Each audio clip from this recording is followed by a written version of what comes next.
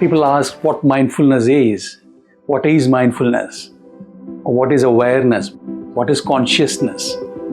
Each of us have a different meaning to it, and we interpret it differently. In my last almost 24 years of self-introspection, the journey of self-discovery, what I have realized, or what I'm realizing, is that mindfulness, awareness, consciousness is a word that is pointing to something, but whereas that which you're pointing to cannot be described. And whatever words you use, those words will fall short. It is, in a way, to some extent like tasting honey and trying to explain the experience of tasting the honey to someone else. And the person who has tasted the experience only knows how exactly it tastes. And so you can't describe it to the other person. So to some extent, mindfulness, the awareness, the consciousness is all a word that is pointing to that experience.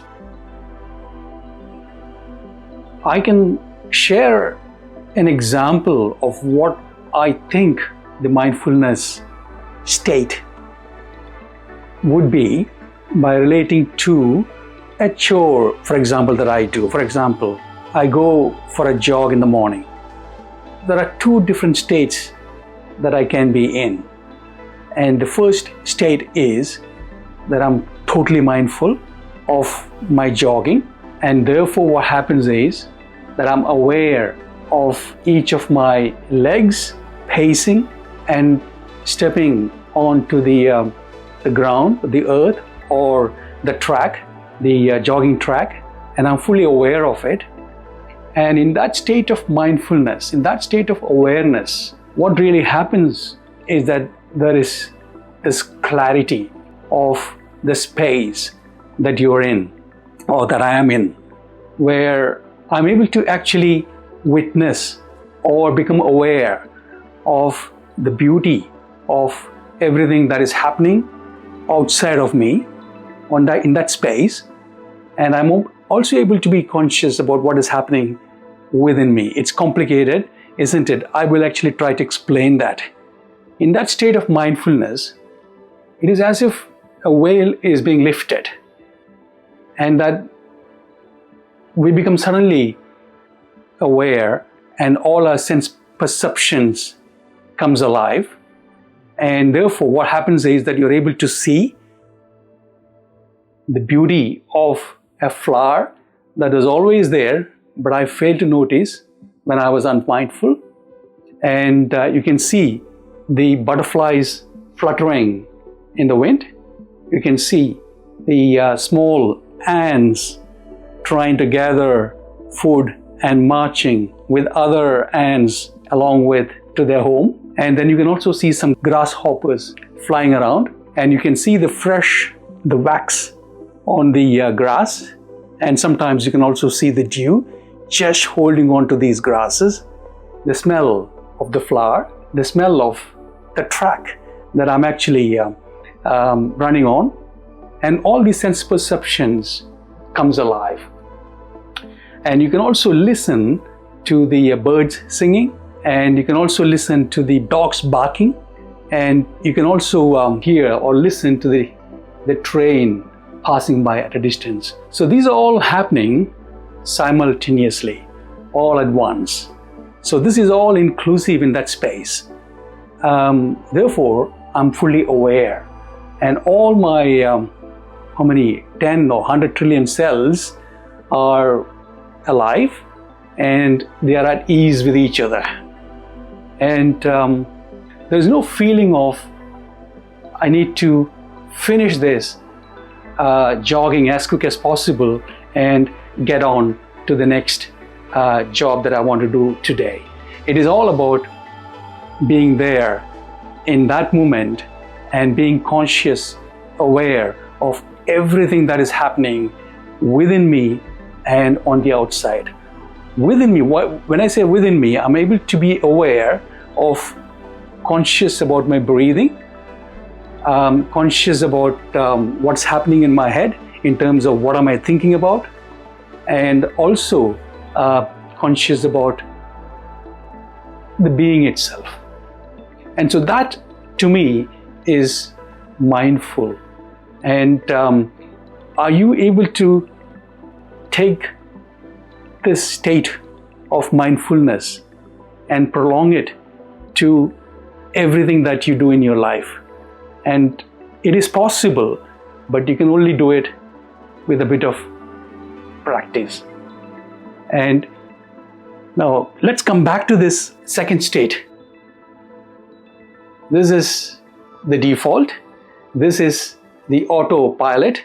And what then is we are totally unmindful of the surrounding, and we're jogging around.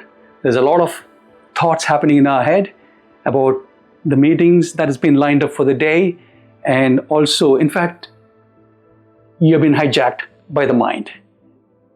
Therefore, you're not aware of any of the things that I mentioned in the state 1, like the butterflies or the grasshopper, the ants, the flower, or the beauty of the grass, the plants, all becomes invisible. And you're caught up in that mind, the mind-conceived world of yours.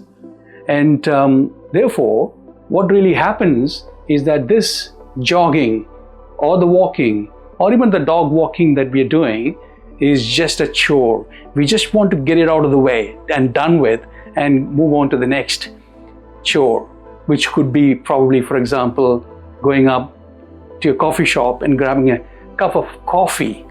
And so you're waiting to finish this jogging to go and grab this cup of coffee at the nice coffee shop. And as you're drinking the coffee, the mind comes in and says, look, you're late. You're late. You need to get back home and take shower and get ready for your day. And so you're in the shower, you're taking the shower, and you're thinking about the meetings lined up for the day, and you're not even aware of the shower or the shampoo that's going on, or you might be even thinking, did I even actually, put my shampoo on or detergent on?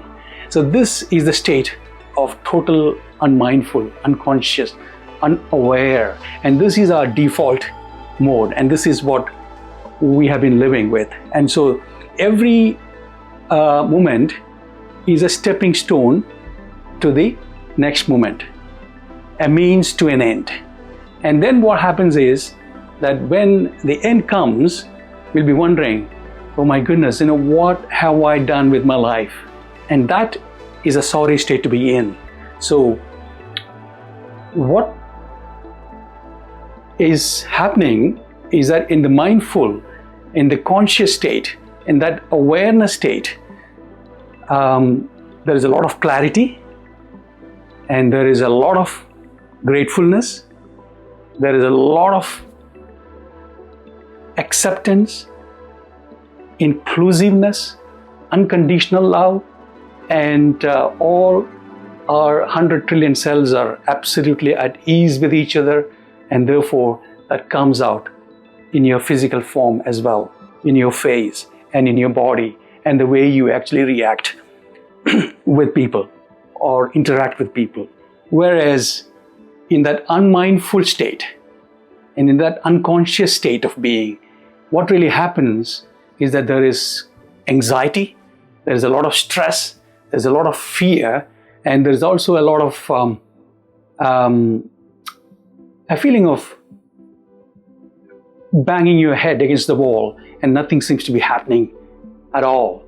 And this is our default mode. And this is the kind of autopilot mode mechanical mode that we actually live in. And therefore, it's not too late.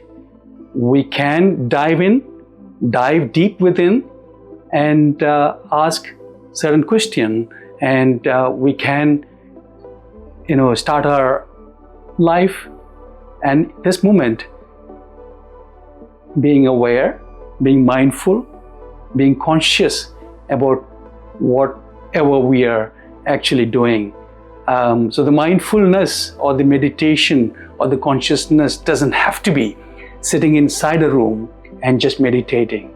It is taking your meditation or taking that state of being along with you wherever you are, whether you're out and about jogging or walking the dog, or you're doing a grocery shopping, or you're at work, or you're with children.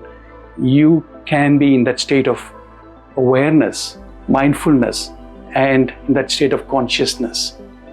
So better late than never. I think that's what they say, isn't it? To smell the roses.